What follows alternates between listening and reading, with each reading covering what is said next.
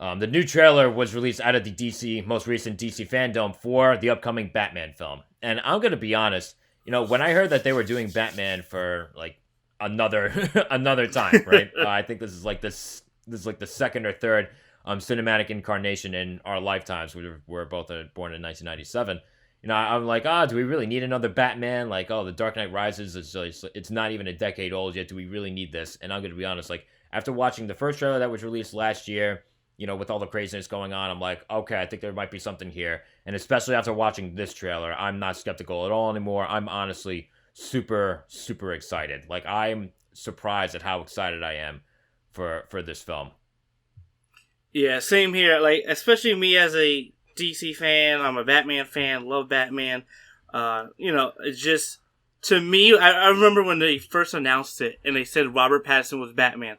I will be frank, I was in that group of like, the Twilight guy? I don't know. But then over time, I saw other movies he was in and I was like, okay, I can see it now. But then the first trailer from last year blew me away. I was like, I'm in. Mm-hmm. The first trailer already sold me. The second one was just nerdgasm to my ears. I loved everything.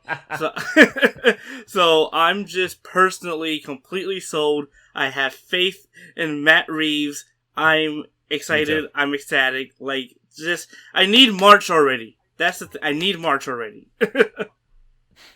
Yeah, no, right? Like, this movie is currently supposed to come out on March 4th of 2022. And going back to, like, what you're saying as far as it being, like, a nerdgasm for the ears or whatever crazy sentence you put together a few seconds ago.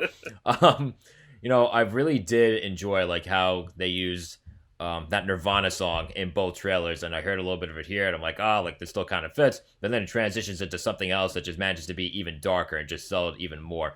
And, like, it really, so far, again, let's be real, this is still, like, marketing at this point. It really sells that dark and grimy, like, aesthetic and atmosphere. And again, like, I always thought that Christopher Nolan did that to the max with his Dark Knight trilogy. But then, like, I feel like, again, watching this, I'm like, I think this might already outdo Nolan's Dark Knight trilogy in terms of, again, just like how gloomy it all feels. And I agree with you too. Like, Matt Reeves, I think he's got a pretty solid track record so far. He did Dawn of the Planet of the Apes, War for the Planet of the Apes. He did Cloverfield. He did like another horror movie that came out, I think about a decade or so ago, called Let Me In. I caught bits and pieces of it, and from what I saw, that was really good. And honestly, this has a good looking cast too. On top of Robert Pattinson, again, I was, when it came to him being casted, when I found out about that, I had already seen him in The Lighthouse. So I'm like, you know what? This is an interesting pick. I think he can do very well. Because, like, I remember a lot of people were very, very skeptical. And, I think a lot of people are going to start to come around to be like, okay, maybe, he's more than just a Twilight guy. Because, again, he's come a very long way since the Twilight movies. It's weird. Like, he was Cedric Diggory in Harry Potter and the Goblet of Fire. Best Harry Potter movie, in my opinion. Maybe unpopular, whatever. And I thought, he was fine in that. Then, he was in the Twilight movies. That set off his career. But, like, let's be real, it didn't do a lot of things for him as an actor, honestly. And showing off exactly what he could do. Because he wasn't given so much to work with. But then, he comes back to do, like, a bunch of, like, indie films, like, during and after the Twilight saga. Namely, like I said, The Lighthouse, which is a fucking crazy movie, and he is phenomenal in it. So he, like I said, he's come a very, very long way. And on top of him, you have Andy Serkis as Alfred. I think he's an interesting choice. Jeffrey Wright, Zoe Kravitz as Catwoman. Colin Farrell as the Penguin. I want to see how that goes. That's, again, I don't have a problem with it.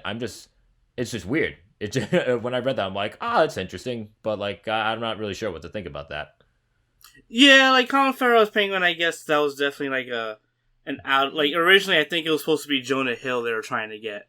I think that rings a bell. I think I remember that. Yeah, but yeah, going back to what you're saying with the whole gloomy aspect, it's like, that's one of my favorite aspects of this film. To me, it reminded me a bit of Batman Year One. And that's something that Matt Reeves has talked about greatly, especially during the DC FanDome panel, when he was talking about this is a Bruce Wayne that is literally just becoming Batman. But it's not necessarily the Bruce Wayne that we typically see in multimedia, where it is this cold, reserved person that can handle his emotions. No, this Bruce Wayne, this Batman, he's going to go all out, right? He is not as reserved as we think he is. And so hearing Matt Reeves talk about that, the aesthetic of Gotham and how it reminds me of, like, you know, old England era as well as Batman the Animated Series has me very excited. And, like, very much like I think Matt Reeves actually fundamentally understands Batman to its core, unlike previous,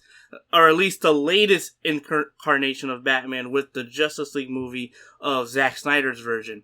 This feels like what Zack Snyder was trying to do, and Matt Reeves is like, I'm gonna do what you were trying to do, but even better. And I'm not trying to throw shade at Snyder, he did the best he could, everything, but to me, this feels like very much, this is a Batman that has not tapped into his emotions yet and doesn't have really full control. He is still angry. He is still bitter, and I really like that. Yep. Yeah, same here. And again, like, you know, going with how, you know, one thing that I feel with this so far is that this doesn't feel so much like a comic book film. Again, this feels like something much darker, something much heavier. And one thing that really makes me feel that every single time is when I watch that final upside down shot of Batman walking away from, like, the fire as he comes towards the camera, because when like the Penguin's car was flipped over and he's just slowly walking through, that music is just like hamming it up, chills every single time I've watched that. And I can't wait. I absolutely can't wait. Now, this is also supposed to come out in IMAX. Are you seeing this in IMAX? Am I seeing this in IMAX? Of course I'll come, because I'll see this in IMAX. It has IMAX right over it for me. I gotta see it. I have to. I'm really looking forward to this. I think this is gonna be a great time. You know, I think this is gonna find a way to separate itself from other Batman films. Absolutely. So I'm excited. Can't wait for March 4th. I gotta get my Batman shirt. I gotta get that ready. All right, for all you guys that are with us right now, do you have any thoughts on the upcoming Batman? Like, obviously something as big as this. Be a little weird if you didn't. Do we even need another Batman? And again, any answers that you have to either of those questions, comment wherever it is that you can.